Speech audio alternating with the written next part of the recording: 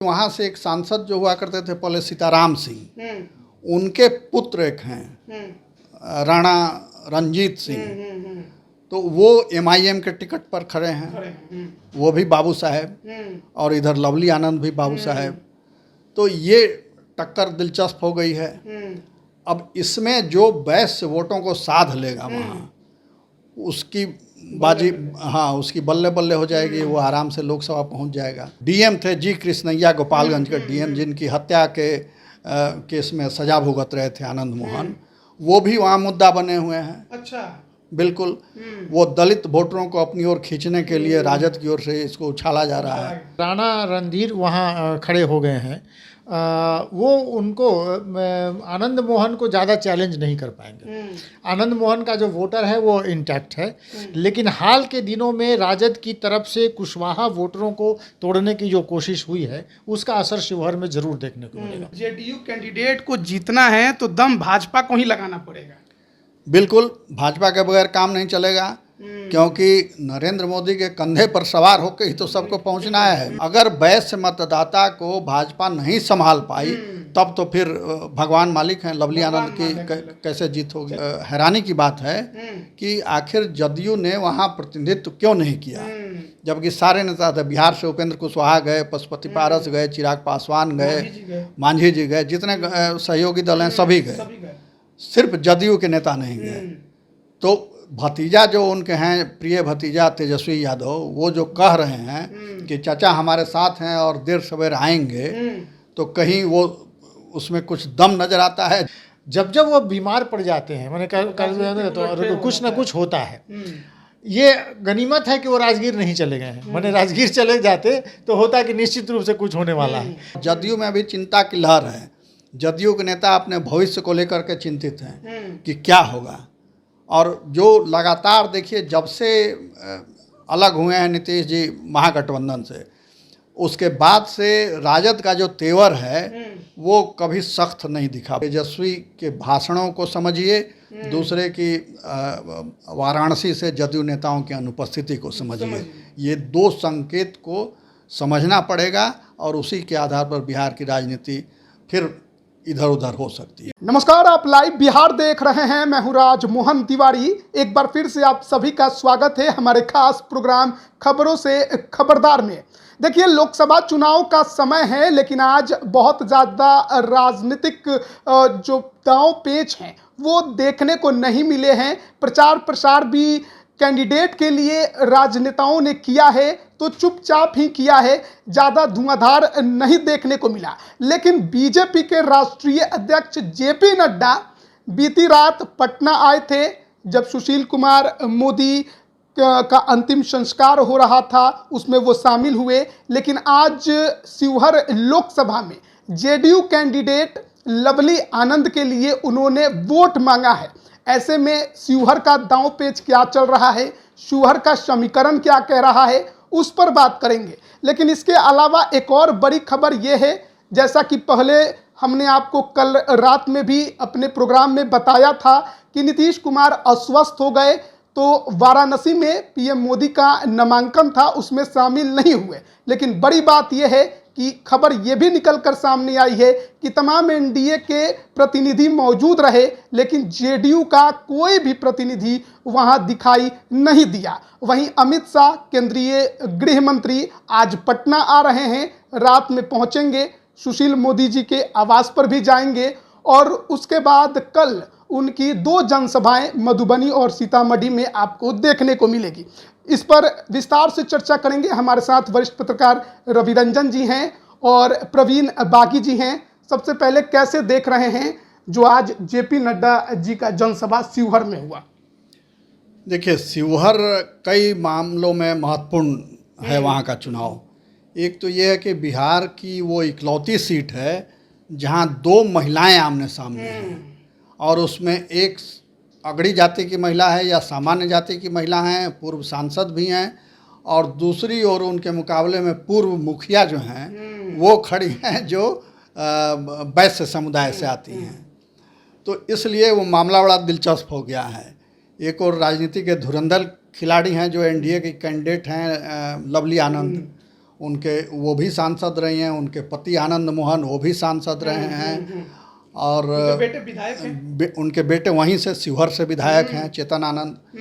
तो ये पहले मतलब चुनाव की घोषणा होने के पहले तक महागठबंधन के साथ थे और राजद के विधायक थे उनके पुत्र। मगर विधानसभा का सत्र जो उस समय चला चुनाव के शुरू होने के पहले, तो ठीक उस सत्र के समय जब पाला बदल हुआ और नई सरकार बनी, तो चेतन आनंद पाला बदल करके आ गए जदयू में, जो एनडीए के साथ आ गए, और आनंद मोहन उनकी पत्नी भी एनडीए के साथ आ गए। तो ये एक नया परिवर्तन था। और वहाँ से शिवहर से सांसद रहे हैं आनंद मोहन भी, तो इसलिए वो सीट उनके लिए जानी पहचानी है। रितु जायसवाल के लिए ज़रूर वो नई सीट है। और दूसरी जो महत्वपूर्ण बात ये हो गई है कि वो शिवहर की सीट और उसके बगल की सीट जो सीतामढ़ी की सीट है, वहाँ से 2 वैश्य उम्मीदवारों को जो सिटिंग सांसद थे उनका टिकट काट दिया है एनडीए ने, और उनके जगह पर दूसरे को, नए उम्मीदवार को जो वैश्य थे उनका टिकट कटा, और दोनों जगह जनरल जाति से कैंडिडेट दे दिया, एक जगह राजपूत एक जगह ब्राह्मण। तो इसको लेकर के वहाँ जो राजद के कैंडिडेट हैं या महागठबंधन के जो उम्मीदवार हैं वो इसको मुद्दा बनाने की कोशिश कर रहे हैं और वैश्य मतदाताओं को अपने साथ जोड़ने के प्रयास में लगे हुए हैं। और शिवहर में वैश्य वोटर बहुत हैं, वो जिधर झुक जाएंगे वो कैंडिडेट जीत जाएगा। इसीलिए रमा देवी वहाँ कई बार से जीतती रहीं और आराम से जीतती रहीं। मगर शिवहर का ये दुर्भाग्य है कि सांसद तो वहाँ से बहुत बनते रहे और ज़्यादातर लोग बाहर ही से जाके सांसद बनते रहे, मगर शिवहर आज भी बहुत पिछड़ा हुआ इलाका है। बिहार का वो बहुत छोटा ज़िला है और वहाँ विकास की किरणें अभी भी नहीं पहुँची हैं। तो ये शिवहर का दुर्भाग्य रहा है और इसके लिए लोग दोषी ठहराते हैं कि यहाँ से ज़्यादातर सांसद बाहर से आकर जीतते हैं, फिर उनके दर्शन नहीं होते हैं। और दूसरी बात यह है कि वहाँ से एक सांसद जो हुआ करते थे पहले, सीताराम सिंह, उनके पुत्र एक हैं राणा रंजीत सिंह, तो वो एमआईएम के टिकट पर खड़े हैं, वो भी बाबू साहेब, और इधर लवली आनंद भी बाबू साहेब। तो ये टक्कर दिलचस्प हो गई है। अब इसमें जो वैश्य वोटों को साध लेगा वहाँ, उसकी बाजी, हाँ, उसकी बल्ले बल्ले हो जाएगी, वो आराम से लोकसभा पहुँच जाएगा। रितु जायसवाल बहुत मजबूती से चुनाव लड़ रही हैं और उनकी छवि साफ सुथरी है, कोई आरोप नहीं है। और उन्होंने सीतामढ़ी के सिंहवाहिनी पंचायत की वो मुखिया रही हैं और उसको एक मॉडल के रूप में उन्होंने डेवलप करके दिखला दिया कि मंत्री विधायक की बात तो छोड़ दीजिए, एक मुखिया अगर चाहे तो अपने पंचायत को क्या से क्या बना सकता है। तो ये उनके साथ एक क्रेज जुड़ा हुआ है कि ये विकास करती हैं, जहाँ रहती हैं तो विकास करती हैं, और इसी को वो मुद्दा बना करके चुनाव मैदान में हैं भी। मगर लवली आनंद भी एनडीए के साथ हैं और उनकी सबसे बड़ी ताकत यही है कि नरेंद्र मोदी को प्रधानमंत्री बनाना है, ये अपील लोगों को कर रहा है। तो इस आधार पर वो मैदान में डटी हुई हैं। अब इसमें कौन भारी पड़ेगा ये तो मतगणना के बाद ही पता चलेगा, मगर ये वहाँ का दिलचस्प है। और जो डीएम थे जी कृष्णैया, गोपालगंज के डीएम, जिनकी हत्या के केस में सजा भुगत रहे थे आनंद मोहन, वो भी वहाँ मुद्दा बने हुए हैं। अच्छा, बिल्कुल। वो दलित वोटरों को अपनी ओर खींचने के लिए राजद की ओर से इसको उछाला जा रहा है कि क्या आप चाहते हैं कि जी कृष्णैया के जो हत्यारे हैं उनको सम्मान मिले। तो ये भी एक मुद्दा है। तो राजनीति में तरह तरह के दांव पेच चले जाते हैं वहाँ। और दूसरी बात यह है कि जो वहाँ की अभी सांसद हैं रमा देवी, वो चुप हैं, साइलेंट हैं। वो चुनाव प्रचार में नहीं अभी तक गई हैं, किसी के नहीं। अच्छा, जाना तो एनडीए में ही हैं, तो एनडीए के साथ उनको जाना चाहिए, मगर वो चुप हैं, अभी तक प्रचार में नहीं गई हैं। उनको मनाने की कोशिश हो रही है, हो सकता है 2-1 दिन में वो भी प्रचार करती नजर आ जाए। पवन जायसवाल हैं, विधायक हैं, एनडीए के साथ हैं, भाजपा के हैं।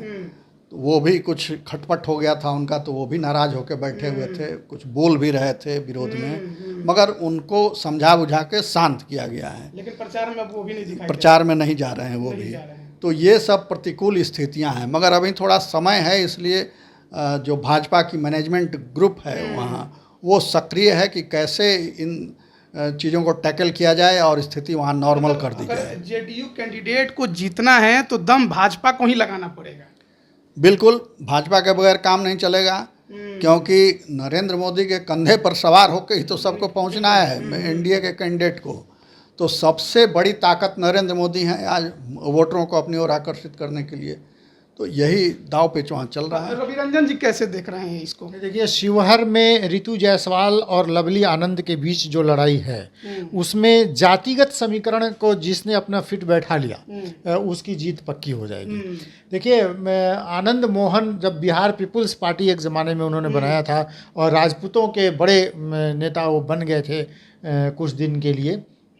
शिवहर के इलाके में राजपूत वोटर हैं, लेकिन ये जो है कि राणा रणधीर वहाँ खड़े हो गए हैं, वो उनको आनंद मोहन को ज़्यादा चैलेंज नहीं कर पाएंगे।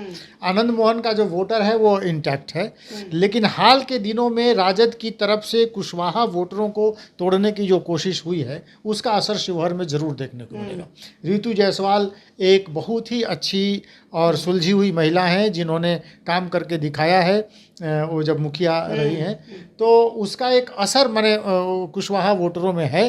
दूसरी बात महत्वपूर्ण है कि नीतीश कुमार की छवि धीरे धीरे आनंद मोहन को जेल से छुड़ाने में नियमों को ताक पर रख के जेल से छुड़ाया गया, और उसका माने जी कृष्णैया की पत्नी ने लगातार उनका विरोध किया और करती रही। अभी भी वो मामला सुप्रीम कोर्ट में चल रहा है। उसका भी जनमानस में एक असर है कि लोग समझते हैं कि नियमों को ताक पर रखकर एक अपराधी किस्म के व्यक्ति को चुना गया, माने उनको दिया गया, टिकट दिया गया उनकी पत्नी को। लवली आनंद एक बार माने लड़ी थी वहाँ से, लेकिन लवली आनंद वैशाली से अगर लड़ती तो ज़्यादा कुछ कर पाती। वैशाली से भी उनका इलाका है।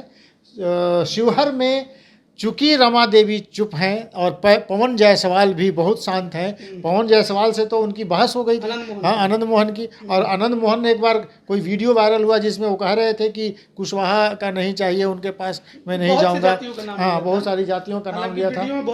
हालांकि उसको एडिट करके दिखाया गया था, उसमें बातें वो कुछ दूसरी कह रहे थे और चलाया गया दूसरा, कुछ और चाह रहे थे, मैसेज कुछ और चला गया।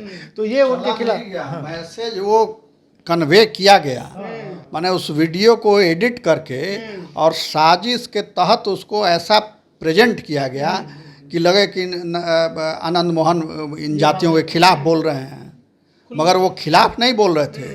उनके कहने का आशय ये था कि ये तमाम जातियां तो हमारी अपनी हमारे साथ हैं, एनडीए के साथ हैं, तो उनके यहाँ नहीं भी जाएंगे तो उनका वोट हमको मिलेगा। मगर जो जातियां हमारे साथ नहीं हैं, एनडीए के साथ नहीं हैं, उनके यहाँ हमको जोर लगाना है, वहाँ जाना है। कहने का भाव ये था, मगर वो सिर्फ इतना उसको एडिट किया गया कि हम फलाना के यहाँ क्यों जाएं वो समझे, हम उस जाति में नहीं जाएंगे वो समझें, हम उस जाति के यहाँ नहीं जाएंगे वो समझे। कितना उनको डैमेज किया डैमेज नहीं, बाद में तो फिर स्थिति स्पष्ट हो गई कि ये साजिश है। तो साजिश बहुत दिन चलती नहीं ना है। वो शिवहर में मुस्लिम आबादी भी अच्छी खासी है। हाँ, मुस्लिम आबादी भी है, तो मुस्लिम आबादी, मुस्लिम वोटों में भी अब देखिए एनडीए की ओर रुझान हुआ है। पहले जैसा टैबू नहीं है कि भाजपा के नाम पर मुस्लिम कोसों दूर चले जाते थे। अब जैसे कल ही आप देखे होंगे कि सुशील मोदी के अंतिम संस्कार में कई मुस्लिम नेता जो भाजपा में हैं वो आए थे। कहलगांव से आए एक मुस्लिम नौजवान से हमारी भेंट हुई, कहे कि हम भाजपा अल्पसंख्यक मोर्चा के अध्यक्ष हैं और सुशील जी ने ही हमको कार्यकर्ता बनाया था। उनके साथ कई मुस्लिम नौजवान आए हुए थे। तो अब वो पहले वाली भाजपा नहीं है। लेकिन नीतीश कुमार जी को जनसभाओं में ये क्यों कहना पड़ रहा है कि आखिरकार आप हमको छोड़ दीजिएगा, आप राजद के साथ जाइएगा, भाजपा और हमने तो मिलके ही आप लोगों का विकास किया था, आप लोगों के लिए कितना काम किया था। तो नीतीश कुमार जी के अंदर एक डर तो है कि जो पहले मुस्लिमों का वोट उनको मिलता था शायद अब वो छटका है। डर नहीं है, वो याद दिलाना चाहते हैं कि आप फर्क कीजिए, समझिए चीज़ों को, कि शिकारी आएगा जाल डालेगा, उसमें फंसना नहीं है, जाल में मत फंसिए, क्या सच है ये जान लीजिए। इसलिए ये बातें बार बार याद दिलानी पड़ती हैं। जनता की मेमोरी बहुत छोटी होती है और लोग लल्लो चप्पो वाली बात में जल्दी आ जाते हैं, तो इसलिए ये याद दिलाया जाता है। तो इसी के तहत तो एक और सवाल है कि कल प्रधानमंत्री ने अपनी सभा में कहा, एक इंटरव्यू में कहा बनारस में नॉमिनेशन के बाद, कि मुसलमानों के मैंने ईद अवसर पर मैं ईद मनाते रहा हूं और हमारा भोजन उस दिन मुसलमान के घर से आता था, और जिस दिन मैं हिंदू मुसलमान करने लगूंगा राजनीति सार्वजनिक जीवन में मैं नहीं रह पाऊंगा। ये प्रधानमंत्री ने कल कहा। इसका एक असर देश की राजनीति पर पड़ा है। हैदराबाद में जो चुनाव चल रहा है, जिसमें जो इनके ओवैसी के खिलाफ महिला खड़ी हैं, वो मजबूत महिला हैं और चुनाव जीत जाएंगी ऐसा लग रहा है। तो एमआईएम की जो ताकत है वो कमज़ोर हो रही है धीरे धीरे। पूर्णिया से जो कैंडिडेट वापस लिया, या पहले कहा कि 15 कैंडिडेट दे रहे हैं और फिर बाद में बदल गए, तो उसका भी असर पड़ा। लोगों को यह है कि तो मुसलमान वोट तो ये पक्का है कि वो आरजेडी के पक्ष में खड़ा रहेगा, लेकिन अगर एमआईएम की हैदराबाद में बात बिगड़ी तो सारे मुसलमान कांग्रेस की तरफ चले जाएंगे। तो वो अभी एक स्थिति ऐसी शिवहर में आप लड़ाई देख रहे हैं जो लवली आनंद और रितु जायसवाल के मैं पीछे यही कह रहा था कि वहाँ जो मुस्लिम वोटर जो प्रभावित करते, राणा रणजीत जो खड़े हैं उनको वो नहीं कर पाएंगे। सीधी लड़ाई लवली आनंद और रितु जायसवाल। आपको भी लगता है कि शिवहर में लड़ाई है, आसान नहीं है किसी के लिए? नहीं, लड़ाई तो है ही, लड़ाई है ही, मगर ये है कि ज़्यादा प्लस पॉइंट अभी एनडीए कैंडिडेट के साथ है, लवली आनंद के साथ है। रितु जायसवाल संघर्ष कर रही हैं कि जीत उनकी हो, मगर अभी तक आगे दिख रही हैं लवली आनंद। बिल्कुल समाज में नाराजगी है, फिर नाराजगी है उसके बावजूद, और चूंकि भाजपा की मैनेजमेंट टीम लगी हुई है तो वो वैश्य मतदाताओं को भटकने नहीं देगी, संभाल लेगी ऐसा लग रहा है। और अभी समय भी है, अगर वैश्य मतदाता को भाजपा नहीं संभाल पाई तब तो फिर भगवान मालिक हैं, लवली आनंद की कैसे जीत होगी। चलिए, अब तो यहाँ 25 मई को छठे चरण में वोटिंग होगी तो सब कुछ साफ हो जाएगा तस्वीर। लेकिन देखिए, प्रधानमंत्री का नॉमिनेशन कल था वाराणसी में। आपने खबर देखा सुना होगा कि बिहार से एनडीए के तमाम बड़े नेता वहां पहुंचे थे। उपेंद्र कुशवाहा, जीतन राम मांझी पहुंचे, पशुपति कुमार पारस पहुंचे, चिराग पासवान पहुंचे, लेकिन जेडीयू से कोई नहीं पहुंचा। नीतीश कुमार जाने वाले थे, अस्वस्थ हो गए। अब इसको कैसे देखा जाए? क्या नीतीश कुमार अस्वस्थ थे तो वो नहीं गए? क्या पार्टी का कोई नहीं जा सकता था? नहीं, नीतीश जी तो अस्वस्थ हैं, इसमें कोई दो राय नहीं। और वो कल सुशील मोदी जी जो उनके अभिन्न मित्र थे, उनके भी अंतिम संस्कार में शामिल नहीं हुए। उनकी पत्नी का श्रद्धांजलि समारोह था, उसमें भी नहीं गए। पुण्यतिथि थी, उसमें भी नहीं गए वो जा सके। तो और सारे कार्यक्रम उनके रद्द कर दिए गए, इसकी आधिकारिक घोषणा भी हुई। मगर ये जरूर है कि एनडीए के तमाम घटक दल वहाँ पहुँचे थे कल वाराणसी में प्रधानमंत्री मोदी की के नामांकन के समय में। सिर्फ एनडीए का एक ही घटक दल था जो नहीं पहुंचा, और वो जदयू। अगर जदयू के नेता चाहते या खुद मुख्यमंत्री भी चाहते तो वो नहीं जा रहे हैं, किसी दूसरे को भेज देते। जैसे सुशील मोदी जी के कार्यक्रम में विजय चौधरी और भी कई दूसरे नेता भी गए थे, तो ऐसे ही वहाँ भी भेजा जा सकता था।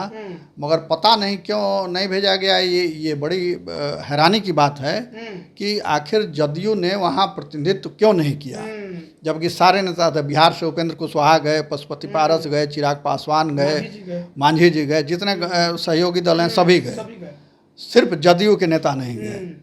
तो भतीजा जो उनके हैं, प्रिय भतीजा तेजस्वी यादव, वो जो कह रहे हैं कि चाचा हमारे साथ हैं और देर सवेर आएंगे, तो कहीं वो उसमें कुछ दम नज़र आता है। जब ऐसी घटनाएं होंगी तो शक की सुई तो घूमती है। तो अब ये एक शक पैदा जरूर कर दिया है जदयू की इस कार्रवाई ने। हाँ, उसके साथ एक और है।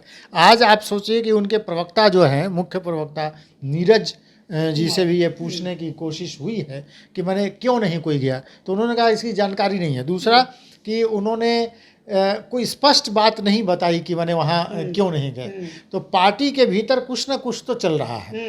प्रधानमंत्री के रोड शो के दौरान नीतीश कुमार की जो तस्वीर वायरल हुई और जिसमें उनको रुग्ण और बीमार दिखाया गया, और भाजपा का वो थामे हुए जो सिंबल थामे हुए जो वो दिख रहे थे, तो उसका एक असर, अच्छा जब ट्रोल होने लगे तो नीतीश कुमार को जरूर निश्चित रूप से ये बात बुरी लगी है, और उसी के बाद से अचानक उनकी तबीयत खराब हो जाती है, तबीयत खराब को अस्पताल में भर्ती हो जाते हैं। जब जब वो बीमार पड़ जाते हैं, मैंने तो कुछ ना कुछ होता है। ये गनीमत है कि वो राजगीर नहीं चले गए हैं, मैंने राजगीर चले जाते तो होता कि निश्चित रूप से कुछ होने वाला है, लेकिन अभी तो ये है कि वो बीमार हैं, और निश्चित रूप से वो बीमार हैं भी। लेकिन ये जो बात है विजय चौधरी या दूसरे वो जो हाँ मैंने सांसद वो जो लाइनअप तो वही करते हैं, हरिवंश बाबू जो हैं मैंने जो दोनों के बीच में एक कड़ी हैं, वो भी नहीं गए हैं। देखिए नीतीश कुमार ने निश्चित रूप से इस मसले पर कोई संकेत दिया है। अब इसको तेजस्वी यादव ने पहले पकड़ लिया और उसको भुनाने की कोशिश कर रहे हैं, लेकिन ये तो जरूर कह सकते हैं कि नीतीश कुमार उनकी पार्टी का, जब कोई ये कह रहा है कि वहाँ पर सिक्योरिटी का मसला था और वहाँ पता नहीं होता कि कैसे जाएं, मैंने ये नाम नहीं था, ऐसा होता नहीं है, क्योंकि प्रधानमंत्री दफ्तर में ये सूचना चली जाती कि वो बीमार हैं, उनके जगह पर ये जा रहे हैं, तो निश्चित रूप से एंट्री मिलती। तो ये जो कह के कि मैंने वहाँ जाने का कोई उपाय नहीं था, ये गलत है। कुछ ना कुछ तो है, कुछ ना कुछ तो है, मतलब कि हो सकता है आगे चलकर बिहार की राजनीति में फिर कुछ बड़ा हो सकता है। शक तो पैदा कर दिया है, और ये शक पैदा करने का अवसर जो है ये जदयू ने दिया है, और जदयू नेतृत्व तो हमेशा संदिग्ध रहा है पाला बदलने में। और पिछली बार जो पाला बदला था वो राजगीर गए बगैर बदल लिया था, तो इसलिए कब वो बदल जाएगा। और जदयू में भी चिंता की लहर है, जदयू के नेता अपने भविष्य को लेकर के चिंतित हैं कि क्या होगा। और जो लगातार देखिए जब से अलग हुए हैं नीतीश जी महागठबंधन से, उसके बाद से राजद का जो तेवर है वो कभी सख्त नहीं दिखा, बहुत सख्त नहीं दिखा नीतीश कुमार के प्रति। इसके पहले जब महागठबंधन से वो बाहर आए थे तो उस समय बहुत तीखी आलोचना हो रही थी, इस बार वो मधुर संभाषण हो रहा है। तो इसके पीछे कोई तो वजह होगी, इस संकेत को समझने की ज़रूरत है। एक कि तेजस्वी के भाषणों को समझिए, दूसरे की वाराणसी से जदयू नेताओं की अनुपस्थिति को समझिए। ये दो संकेत को समझना पड़ेगा, और उसी के आधार पर बिहार की राजनीति फिर इधर उधर हो सकती है, इधर उधर हो सकती है। तो देखिए बिहार की राजनीति है, कब इधर रहे कब उधर रहे, ये सब कुछ नीतीश कुमार पर ही निर्भर करता है। फिलहाल बीमार हैं, और खबर है कि अस्पताल भी गए थे, और जिस तरीके से उनके नॉमिनेशन में नहीं जाने पर तेजस्वी यादव ने उसे टैकल किया है, और कल मधुबनी की सभा में इसे उछाला, फिर सारण लोकसभा में जब अपनी बहन रोहिणी आचार्य के लिए प्रचार प्रसार करने गए वहां भी उछाला और कहा कि चिंता नहीं करना है, चाचा फिर आएंगे। देखिए अभी वाराणसी नहीं गए हैं, सब कुछ समझ लीजिए। तो जाहिर तौर पर तेजस्वी यादव ने एक दांव खेला है, और इससे नीतीश कुमार के समर्थक और उनके वोटर कितना प्रभावित हो पाएंगे ये तो आने वाला वक्त बताएगा। लेकिन जाहिर तौर पर अभी बिहार की राजनीति में बहुत कुछ एक बार फिर से देखने को मिल रहा है। पीएम मोदी का रोड शो हुआ, नीतीश कुमार ट्रोल हो गए, और उसके बाद से ही बीमार हैं, राजनीतिक तौर पर सक्रिय नहीं है, प्रचार प्रसार भी नहीं कर रहे हैं, तो सवाल उठ रहे हैं। अभी बिहार में 3 चरणों का चुनाव होना है। 20 मई को 5वें चरण का चुनाव होगा, जिसमें हाजीपुर और सारण लोकसभा की सीट शामिल है, फिर 6ठे चरण का जिसमें शिवहर की सीट शामिल है, और फिर 7वें चरण का जिसमें पाटलिपुत्र लोकसभा की सीट भी शामिल है। आगे भी अपडेट देते रहेंगे, बने रहिएगा हमारे साथ। आप सभी का बहुत बहुत धन्यवाद। YouTube पर सब्सक्राइब और Facebook पर लाइक जरूर करें।